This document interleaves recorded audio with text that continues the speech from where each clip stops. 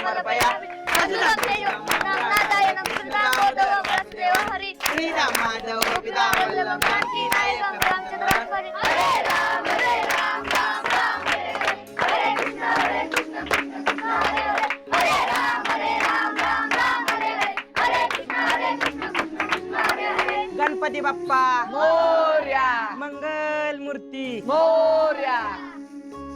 धरा प्रसाद. अगं संगू मावशे, एवढी साखर वाटली असती तर सगळ्यांनी पुरली असती. अरे मध्या प्रसाद आहे तो, दिल तेवढाच घ्यायचा असतो. आव तेच की प्रसाद आहे त्यो, माणसाने पुराले एवढा तरी द्यायचा असतो. असं मग थांब बाबा, तुझ्यासाठी आतनं दुसरी वाटी घेऊन येते. हे असं तुम्ही सगळ्यांच्या घरी जाऊन आरती करता? मग काय, आमची टीम आहे आरतीची. गावात अजून एक टीम आहे, पण जी टीम लवकर जाईल ना तिला त्या घरातल्या आरतीचा मान आणि प्रसाद मिळतो. अगं म्हणजे आपल्याला जी प्रसादात साखर भेटते का नाही ती साठवायची, खायची नाही. आणि मग शेवटच्या दिवशी का नाही त्याची गाऱ्याची नाहीतर मग चहा बटराची फिष्ट करून खायची. हो, दुसऱ्या टीम मधली पुरुष साखर निघतात, पण आम्ही तसं नाही करीत.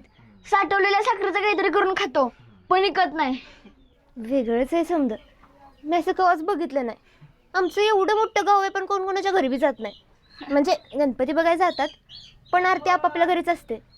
पण हे किती मस्त आहे, टीम करून जायचं, मिळून आरती करायची. म्हणूनच हल्ली तुम्ही घरी यायला घाई करता, आहे का नाही? मग काय, दुसऱ्या टीम मधल्या पोरांनी नंबर लावला म्हणजे झालं. त्या दिवशी साखर कमी मिळणार. मग तुमच्या घराच्या आरत्या? अगं असंच की आता इथं कसं आलोय तशीच ही पोरं घेऊन आपल्या घरी जायचं. पण एवढ्या पटापटा आरत्या म्हणते काही कळत बी नाही. म्हणूनच पटापटा म्हणतो आरत्या. घरातल्यासनी बी कळलं नाही पाहिजे आमचं काय चुकतंय. आणि कळलेलं सांगितलं तेवढं दुसऱ्या देवाची आरती सुरू झाली पाहिजे. मग ती बी म्हणते ती जाऊ द्या चला. मध्या काय म्हटलास र? अगं संगू मावशे, तिला हे सांगत होतो की आमच्या सगळ्यांनी आरत्या पाठ करायला लागते.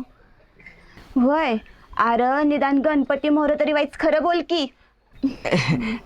तशा आमच्या आरत्या वाईट चुकत्यात, पण तुम्हाला कसं याड लावतो हे सांगित होतं. मध्या हे असलं बोललास वय र, मनाला लागल असं? आता तुम्हाला एकदा सांग, मनाला लागल असं बोलू का खोटं बोलू? हा, घ्या साखर चला.